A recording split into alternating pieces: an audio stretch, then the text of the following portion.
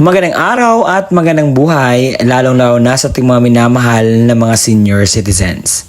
Sa araw po na ito ay nakatanggap po tayo ng katanungan patungkol po sa Universal Social Pension Update dahil ang ibibigay na daw ay 5,000 pesos. And as I research it, nakita ko ito at yan po ang ating pag-uusapan kung ano ba ang buong katotohanan patungkol po dito sa 5,000 na monthly ng Universal Social Pension. At ang Universal Social Pension, ito po ay pension na sa lahat. At meron po tayong dapat mapakinggan ngayon na galing mismo sa NCSC Chairperson dahil meron siyang babala para po sa lahat po ng mga senior citizens na nakapanood po ng vlog na iyon. Ngayon po, ito po ang latest update para po sa inyo pong inaasam-asam Universal Social Pension. Pakinggan po natin ito. Sa pag-alam natin sa pulso ng mga ka-Golden Heart, ito ang ilan sa mga scam na kanilang idinulog. Makikita sa screen, isang YouTube video na may 10,000 views na as of February 19, 2026 na nagsasabing inaprubahan ng House Panel ang 5,000 Universal Social Pension para sa lahat ng senior citizens. At ngayong buwan umano, makukuha yan. Naku po, hindi din po totoo yan dahil hindi pa po na isa sa batas ang Universal Social Pension Bill. Again, huwag niyong paniwalaan. Ang ating NCSC Chairperson na nga ang nagsasabi patungkol po dito. So ngayon po, para po mas maliwanagan kayo, ito po ang dapat niyo po pakinggan patungkol po sa Universal Social Pension na buong katotohanan. Ipaparinig ko sa inyo nang sa gayon mas clear po sa atin. Magandang araw mga minamahal kong senior citizens. Attention po sa inyo. Ang Universal Social Pension, pensyon para sa lahat, ay aprobado na po sa Kamara. Alamin natin ang buong balita sa akin pong isalaysay sa inyo ngayong araw.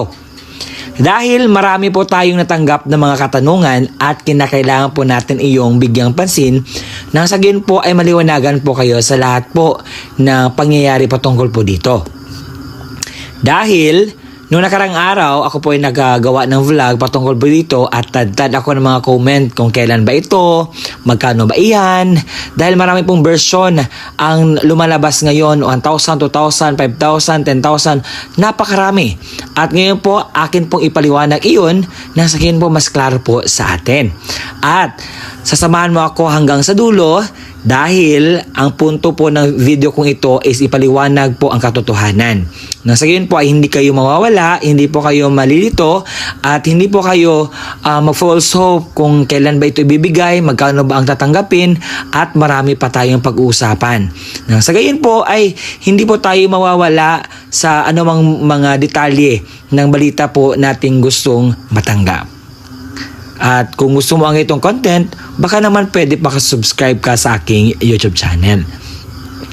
Ngayon po, ibibigay ko ang latest update. Kung ito ba ibibigay na o ano ba ang dapat nating malaman. Ang unang katanungan, may pondo na ba ang gobyerno para sa Universal Social Pension? Ayon po sa ating mga batas, hindi na po daw problema ang pondo nito. Kaya naman, ibig sabihin, meron na po itong pondo. Kasi nagtatanong din sila, saan naman kukunin po ang budget patungkol po dito sa Universal Social Pension? Baka nakaw naman yan. Baka ano po ba ang mangyari? Baka marami tayong utang sa ano nito. So ang sabi naman po nila ay may enough na pondo po para po dito. Ibig sabihin, hindi po tayo ma-worry. Kaya naman, patuloy po tayo mag-pray patungkol po dito. Pangalawang katanungan, sino-sino po ba ang makakasali sa Universal Social Pension? To inform you, ang makakasali po sa Universal Social Pension ay lahat po ng mga senior citizens na may edad 60 years old and above. Kahit na mayaman ka, may pension kang tinatanggap, ikaw po ba ay may ngipin man o wala, lahat po, basta ikaw ay senior citizens, ay kasali ka po dito. Wala pong pinipili ito. Lahat po ito may rights po kayo na makakuha ng pensyong ito. Pero kinakailangang naka-register ka po sa NCSC. Sir, paano naman po yan? Paano po mag-register? Pumunta lang po kayo sa NCSC na website at pwede po kayo ding pumunta sa OSCA office or ano ba yung mas mabuti sa inyo. Kasi online, mas mabuti, mas madali. Kung hindi ka po marunong, magpatulong ka po sa inyong mga anak, sa mga kakilala mo o sino mo yung mas magaling dyan sa online. Nasa ganyan po ay ma-register po kayo. Bakit kinakailangan po mag-register, sir? Kinakailangan po mag-register dahil ito po yung basihan kung ikaw po ay kasali sa database ng NCSC. Kapag kasi makita yung pangalan mo sa NCSC, mas madali pong lista po yung pangalan mo sa mga benepisyo o ayuda para po na galing po sa ating gobyerno na binibigay nila. Kaya naman, if nalaman mo ngayon na lahat pala ng mga senior citizens makakatanggap o mag-register ka na, nasa almost 10 million na po yun nakakapag-register. So, ang pwede pong natin gawin, magpa-register na po tayo. Nang sa gayon po ay mas makuha na po natin yung mga benepisyo na ito. Eto, marami nalilito dito, marami nagtatanong, sir, magkano po ba yung Universal Social Pension na matatanggap namin? Kasi may ibang 500, may ibang 1,000, may ibang 1,500. Okay, let me explain something. Noong nakaraan, dahil ang Universal Social Pension noong nakaraan is aprobado na ito eh.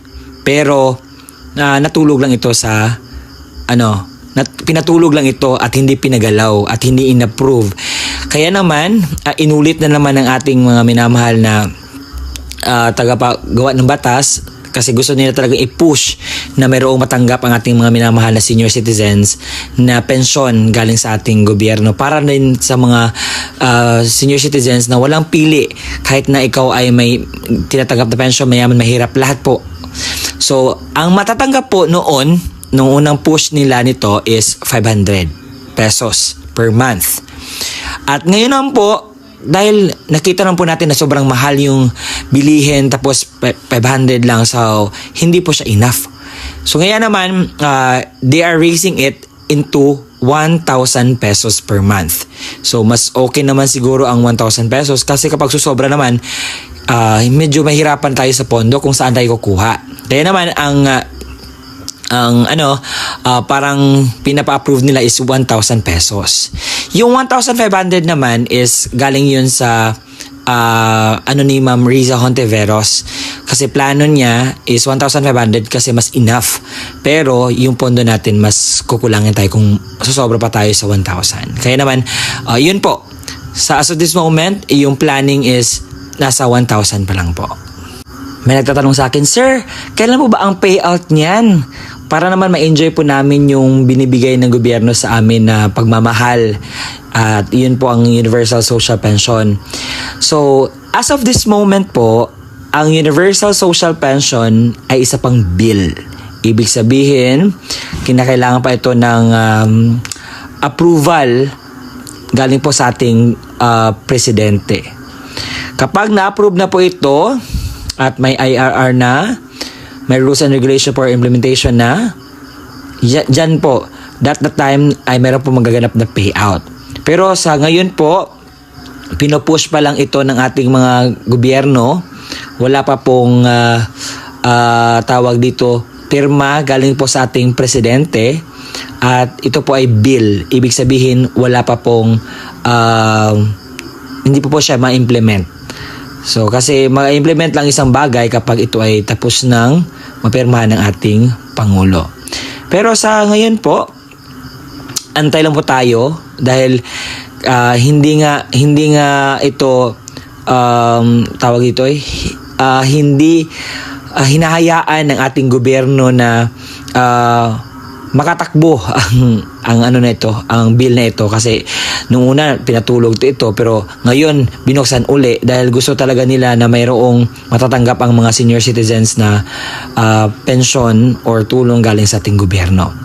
At yun po, wala pa po tayong payout for para dito po. Yung payout na ina-upload ko palagi is payout po yun sa social pension for indigent senior citizens. Yun po, mas klaro po sa atin. Kasi marami nagtatanong, sir, yun po, ito po yung mas klaro na detalye na binigay ko sa inyo. Nang sa yun po, hindi po kayo magtatanong-tanong. Hindi kayo malilito sa mga balita. Okay, wala pong universal social pension na umabot ng 6K, 2,000, 3,000, 5,000, 12,000. Marami pong lumalabas ngayon. Hindi po yun totoo. Ang totoo po, itong binalita ko ngayon. Okay? Nasanay mas klaro po sa atin ang natanggap natin ng mga balita ngayong araw patungkol po sa Universal Social Pension. Kung nagustuhan mo ang content natin ngayong araw at naintindihan mo ang ibig kong sabihin patungkol sa Universal Social Pension, paki-subscribe naman. Hanggang sa muli natin pagkikita, maraming salamat po dahil umabot na tayo ng 80,000 subscribers.